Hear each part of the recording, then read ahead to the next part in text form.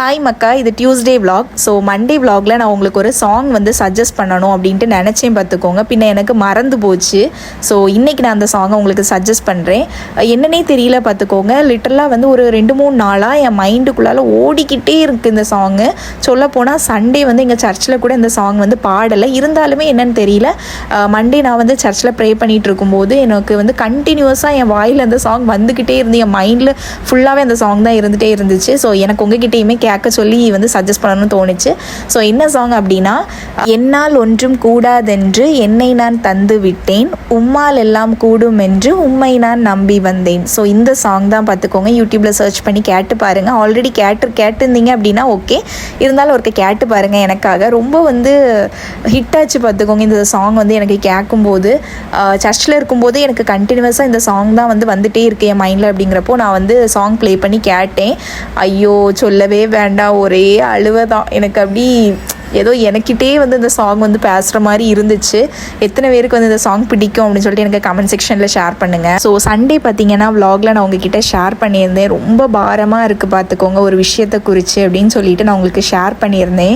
So அதை வச்சு பார்த்தீங்கன்னா நான் அவ்வளோ வந்து கண்டினியூஸாக நான் ப்ரேயர் பண்ணிக்கிட்டே இருந்தேன். எனக்கு இது உறுத்திட்டே இருக்குது, இது பாரமாக இருக்குது, எனக்கு இதிலேருந்து கொஞ்சம் ரிலாக்ஸேஷன் வேணும் அப்படின்னு சொல்லிட்டு ஜீசஸ் கிட்ட வந்து கண்டினியூஸாக நான் கேட்டுக்கிட்டே இருந்தேன் பார்த்துக்கோங்க.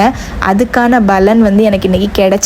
ஸோ எதை குறித்து நான் ரொம்ப பாரமாக இருக்குன்னு கண்ணீரோட பைபிள் முன்னாடியும் கண்ணீரோட அவருக்கு பாதத்துலேயும் நான் இருந்தனோ அந்த விஷயம் வந்து இப்போ இல்லை பார்த்துக்கோங்க.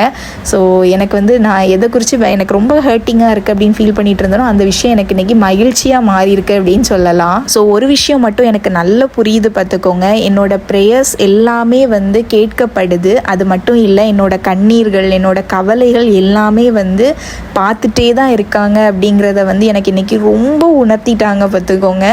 எனக்கு வந்து லிட்டரலாக என்ன சொல்லனே எனக்கு தெரியல. ரொம்ப பாரமாக உட்காந்து சண்டே vlogல நீங்கள் என் ஃபேஸை பார்த்தாலே உங்களுக்கு தெரிஞ்சிருக்கும். அவ்வளோ டவுனாக நான் இருந்துகிட்டு இருந்தேன்.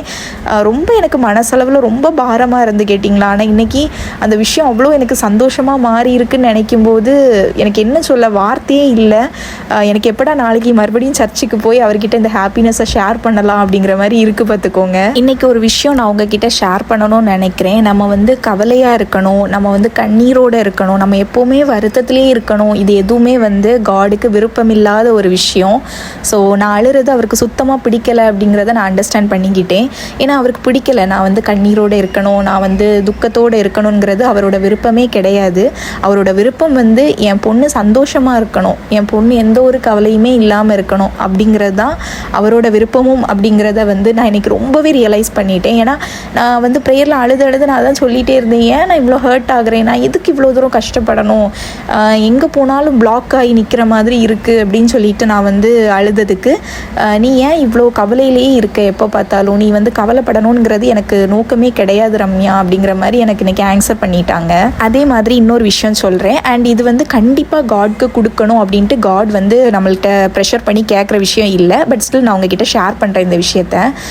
சர்ச்சில் வந்து நான் இப்போ ரெகுலராக சர்ச் போகிறதுல நான் பார்க்கும்போது நிறைய பேர் பார்த்திங்கன்னா காணிக்க போடுவாங்க. அவங்கக்கிட்ட இருக்கிறத வந்து கொண்டு போய் காணிக்க போடுறத நான் வந்து பார்ப்பேன் பார்த்துக்கோங்க. இப்போ எனக்குள்ளால் உறுத்திக்கிட்டே இருக்கும், என்னால் வந்து எதுவுமே கொடுக்க முடியல. ஏன்னா எப்படி சொல்கிறது, இப்போ என்கிட்ட வந்து 0 ஏர்னிங்ஸ், நான் இப்போ வந்து ஏர்னிங் என்கிட்ட எதுவுமே கிடையாது. ஸோ எனக்கு வந்து ஒரு மாதிரி இருந்துச்சு, ஐயோ நம்ம வந்து காடுக்கு எதுவுமே கொடுக்கலையே அப்படிங்கிற மாதிரி ஒரு மாதிரி இருந்துச்சு பார்த்துக்கோங்க. அண்ட் அது அவர் எதிர்பார்க்கவும் இல்லை என்கிட்ட. இருந்தாலும் எனக்கு அப்படி ஒரு விஷயம் மனசுக்குள்ளே இருந்துச்சு. எல்லோரும் போய் காணிக்க போடும்போது நான் மட்டும் பார்த்துட்டு இருக்கேனே அப்படிங்கிற மாதிரி எனக்கு ஒரு விஷயம் உறுத்திக்கிட்டே இருந்துச்சு. அதை வச்சும் நான் வந்து என்கிட்ட ஏர்னிங்ஸ் எதுவுமே இல்லை, இருந்திருந்தால் கண்டிப்பாக நான் கொடுத்துருப்பேனே அப்படிங்கிற மாதிரி ஒரு மனசுக்குள்ளால் உறுத்திட்டே இருந்து பார்த்துக்கோங்க. ஸோ அதுக்கும் பார்த்தீங்கன்னா அவர்கிட்ட நான் போகும்போது பார்த்தீங்கன்னா வெறும் கையோடு தான் நான் போனேன். உண்மைதான், என்கிட்ட எந்த ஒரு இதுவுமே இல்லை, வெறும் கையோட, அதாவது என்னோட பாரங்களை அவரோட பாதத்தில் இறக்கி வைக்கிறதுக்காக மட்டுமே தான் நான் போனேன் பார்த்துக்கோங்க. ஆனால் இன்றைக்கி ஏதோ என்னால் கொஞ்சமாவது அவருக்கு வந்து காணிக்கை கொடுக்குற அளவுக்கு பார்த்தீங்கன்னா என்கிட்ட இப்போ ஏர்னிங்ஸ் இருக்குது. ஸோ இதுக்கு காரணம் வந்து என்ன சொல்ல, அவர் வந்து என்னை ப்ளெஸ் பண்ணுறாரு அப்படிங்கிறது எனக்கு புரியுது பார்த்துக்கோங்க. ஃபஸ்ட் திங் பார்த்தீங்கன்னா நான் லேர்ன் பண்ணிக்கிட்டது surrender yourself to him. அவ்வளோதான். நம்மளை அப்படியே பார்த்தீங்கன்னா நம்மக்கிட்ட இருக்கிற பாரங்கள், ஏக்கங்கள் எல்லாத்தையுமே அவரோட பாதத்தில் இறக்கி வச்சிடணும்.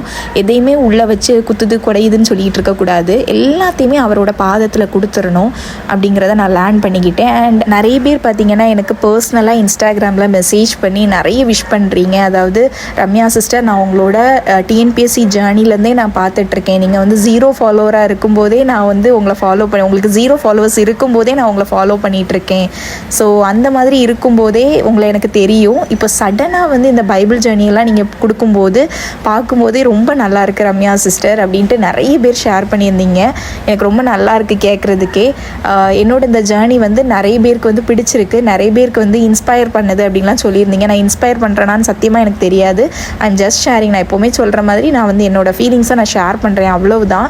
இது வந்து 4 பேருக்கு யூஸ்ஃபுல்லாக ஆகுது அப்படின்னு நான் வந்து கேட்கும்போது சத்தியமாக எனக்கு ரொம்ப வந்து ஹாப்பியாக இருக்குது. சர்ச்சுக்கு பார்த்தீங்கன்னா நான் வந்து ஒரு 10 மணிக்கு போனேன். அக்கா வந்து 11 மணிக்கு தான் வந்தாங்க. ஸோ அவங்க கூட கொஞ்ச நேரம் நான் இருந்துட்டு கிளம்புறேன் அப்படின்னு சொன்னாங்க. நான் பார்த்தீங்கன்னா ஒரு 12 மணிக்கு வந்து வீட்டுக்கு கிளம்பிட்டேன். ஸோ இதுதான் பார்த்தீங்கன்னா நாகர்கோயில் பஸ் ஸ்டாண்ட். பல வருஷங்களாக பார்த்தீங்கன்னா இந்த பஸ் ஸ்டாண்டில் நின்று தான் நான் பஸ் ஏறி வீட்டுக்கு வருவேன் பார்த்துக்கோங்க. எனக்கு அந்த சமயம்லாம் வண்டி ஓட்ட தெரியாது. இப்போ கொஞ்ச நாள் தான் வண்டி ஓட்ட படித்தது. ஸோ அப்படியே பார்த்தீங்கன்னா பழைய நினைவுகள்லாம் வந்துச்சு. ஓகே, டாட்டா, பாய்.